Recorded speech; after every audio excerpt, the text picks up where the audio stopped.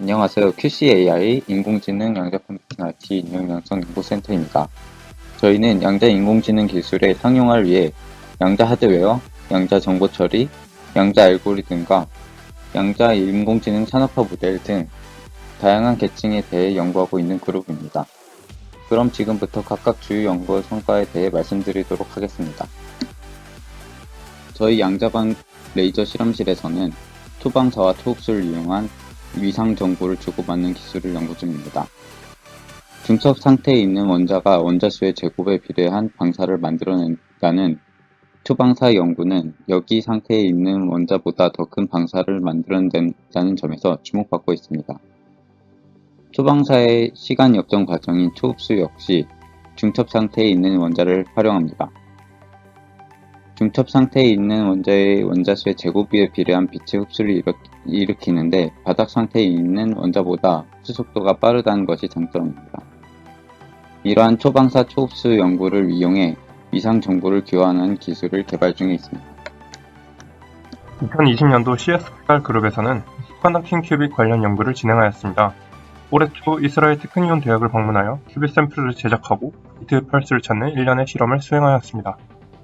우리 그룹에서도 가능하게 하기 위해서 작년부터 진행해온 저온 RF 시스템의 구성, 스위치 패키징, 그리고 JPA 설치를 완료하였으며 트랜스몬 큐빅 패브리케이션의 가장 중요한 장비인 더블앵글 디포지션이 가능한 이빔 장비를 제작하였습니다. 안녕하십니까. 고려대학교 허준 교수님 연구실입니다. 저희 연구실에서는 초전도 큐비트, 이온 트랙 큐비트 시스템에서 주로 발생하는 지효 오류에 편향된 채널에 대한 연구를 진행하였습니다. 오류 정정 보호로는 바운더리가 있는 서피스 보호를 사용하였고, 논리적 X 연산자의 웨이트보다 증가시키는 기법인 렉탱귤러 서피스 보호 기법을 개발하였습니다. 해당 기법은 같은 큐비트 수를 사용했을 때 최대 오류를 6.3배 감소시켰습니다. 또한 같은 논리적 오류를 얻기 위해서 사용하는 큐비트 수를 64% 감소시켜 기존 스퀘어 서피스보다 높은 효율을 보였습니다. 대규모 양자 알고리즘을 위한 위상학적 연접 큐비트 보호 기술을 연구하였습니다. 보호 과정에서는 표본 코드를 기반으로 작은 코드와 텐서 곱 및 연접을 통하여 보호 비율이 높은 보호를 제안하였습니다. 또한 복구 과정에서는 CNN을 사용하여 표면 보호의 신경망 기반 복구 알고리즘을 개발하였습니다.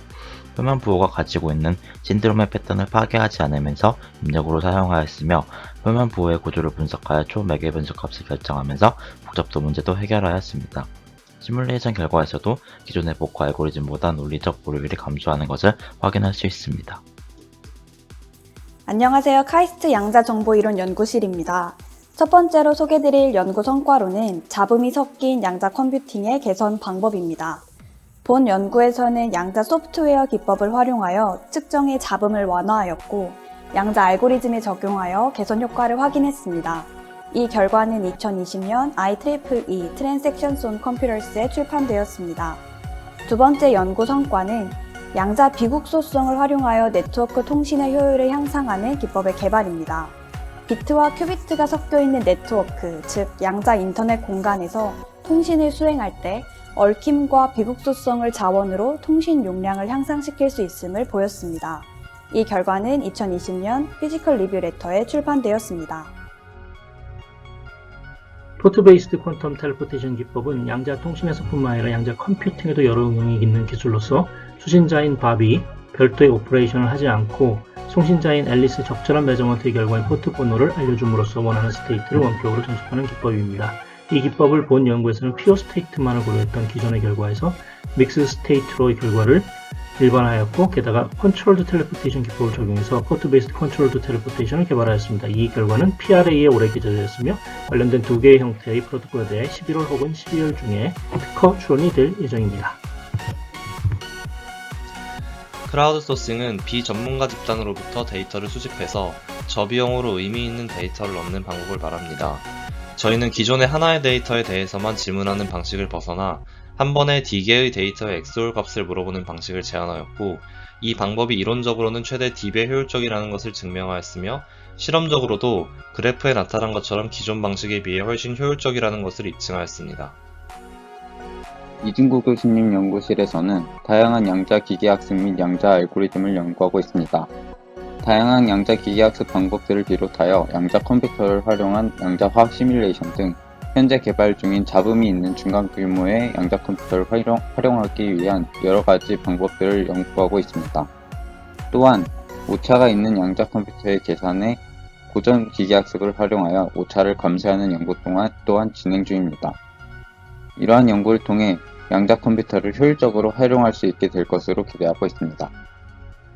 저희 카이스트 정재영 교수님 연구실에서는 양자 컴퓨팅 기술 사업화가 촉진되기 위해 선행되어야 하는 기반 조성을 위한 시사점을 도출하고자 하였습니다.